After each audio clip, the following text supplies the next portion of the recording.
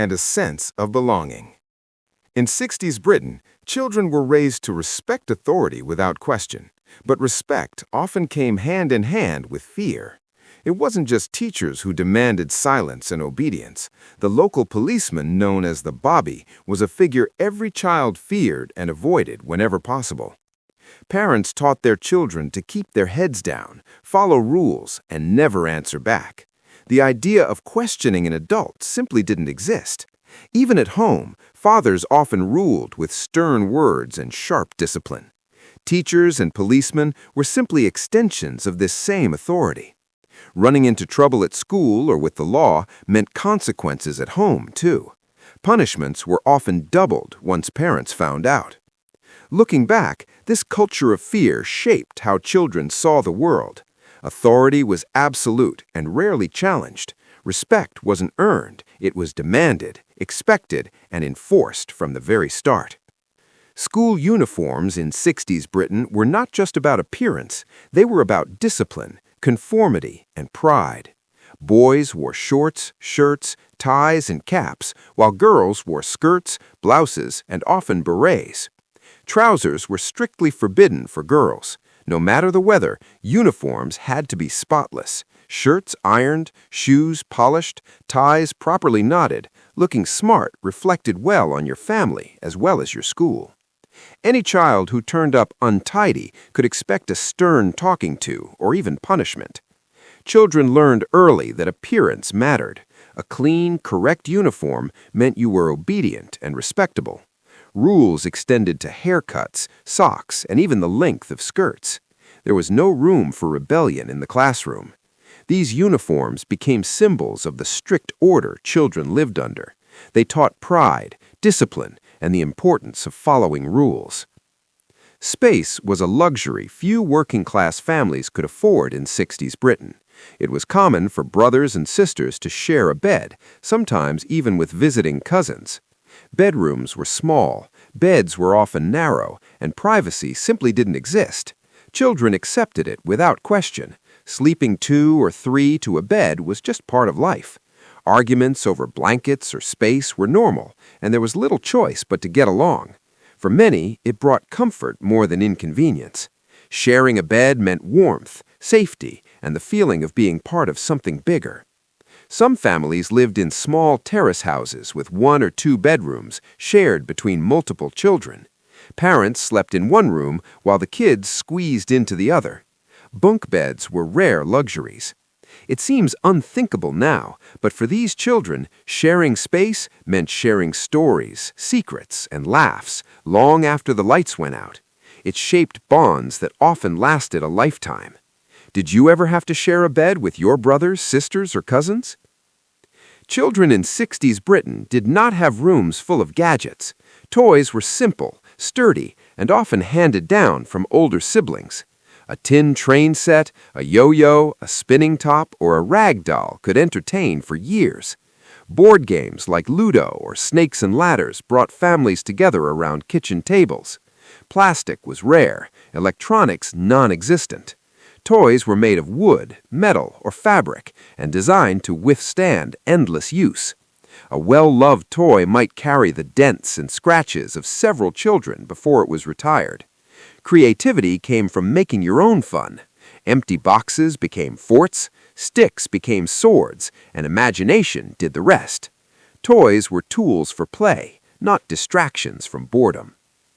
Going to the cinema felt like an event, not just a way to pass the time. Children's matinees were hugely popular and offered a rare chance to escape into a world of adventure, comedy, or cowboys.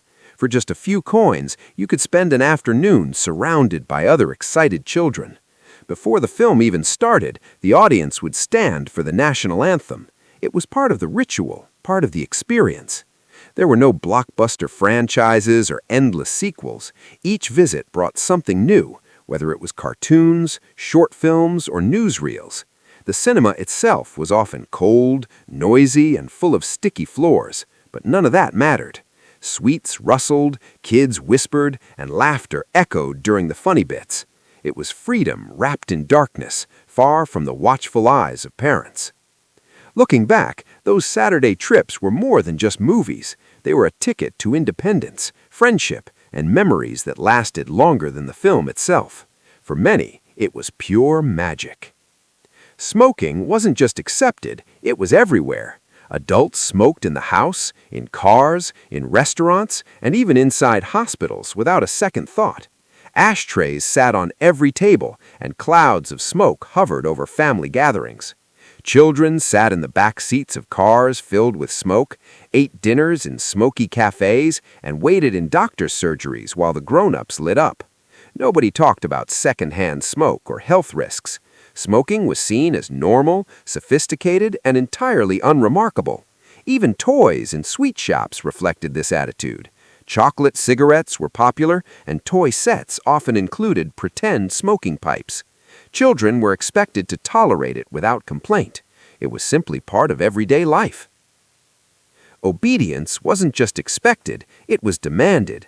Children were taught that their place was to listen, not to speak.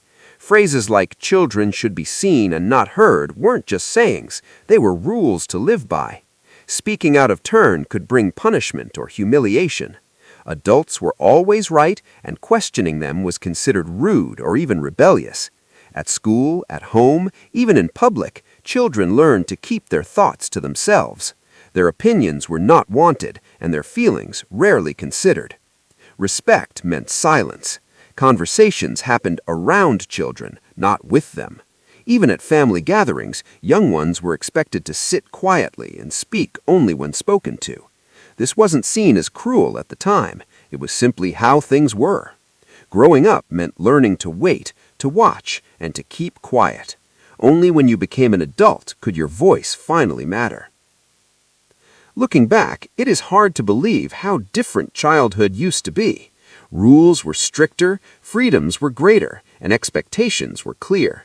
Speak when spoken to, respect authority, and make your own fun. Some things might seem harsh today, others might make us smile with a bit of envy. But for those who lived it, this was simply childhood. Tougher, simpler, and full of memories that never really fade. Which of these do you think children today would find hardest to believe? Let us know in the comments. What if your childhood meant playing in the street all day, fearing your teachers, and having sweets only when you could afford them? That was life for millions of children in Britain during the 60s. Forget screens, forget safety rules.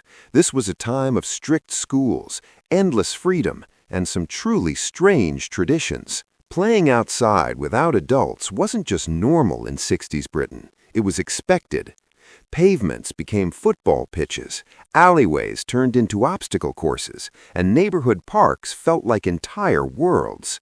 Children roamed free for hours, inventing games, making friends, getting scrapes and bruises without a second thought.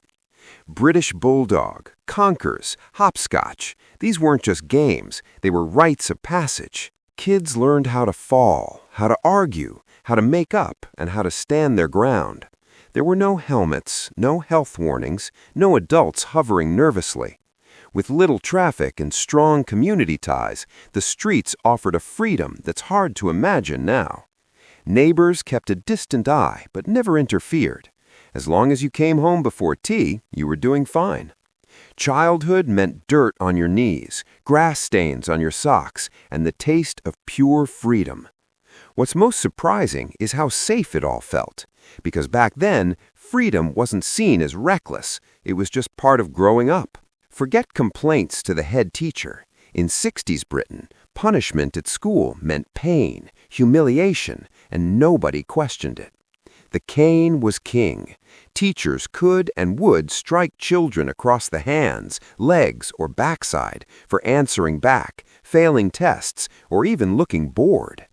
Discipline wasn't hidden behind closed doors. It happened in full view. Rules were simple. Obey, stay silent, never talk back.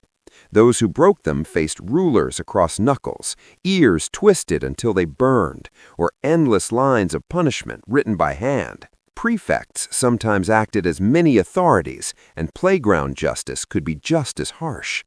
Detention wasn't feared as much as a trip to the head's office. Respect wasn't earned, it was forced. Most parents supported it. They believed fear built character.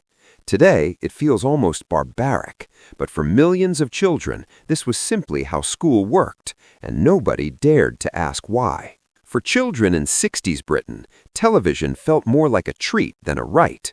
Screens were small, shows were black and white, and there were only a handful of channels. Programs for children were limited to certain hours of the day, usually just before tea time or on Saturday mornings. Favorites like Blue Peter, Andy Pandy, or The Magic Roundabout became household names. Yet once these short programs ended, there was nothing else for children to watch. There were no streaming services, no on-demand choices, no cartoons running all day long.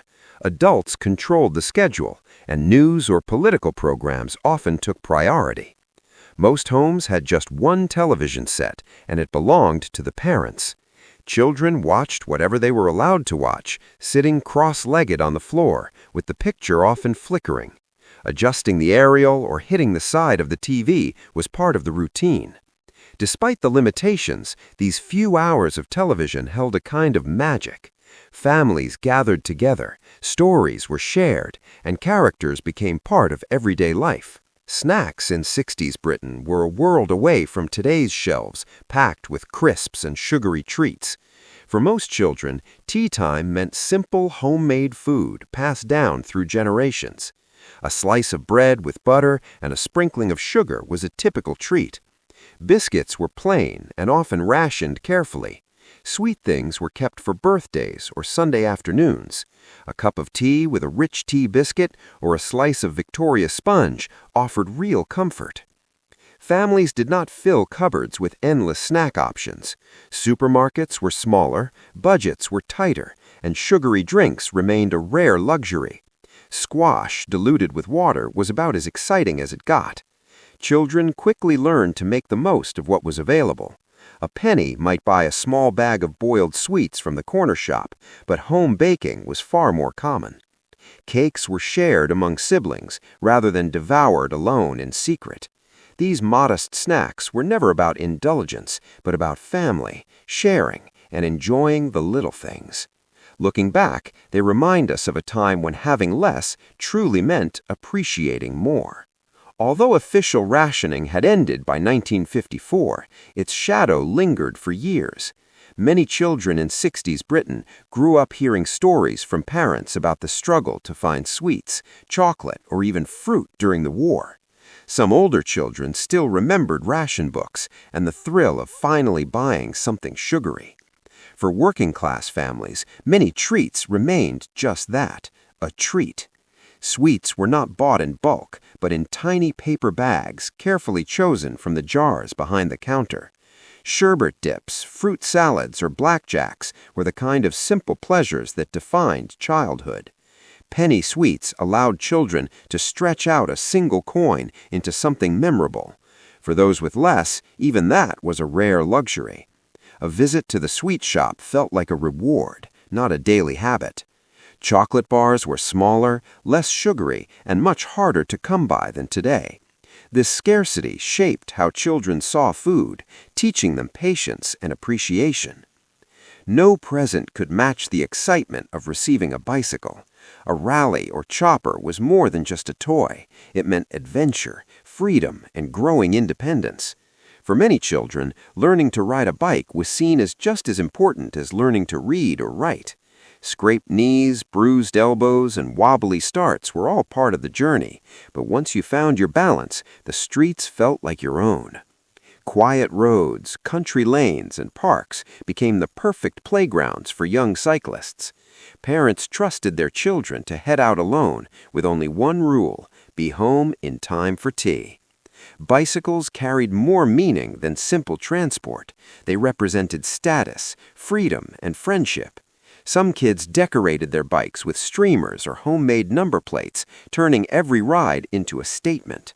The friend with the newest or fastest bike often became the center of attention.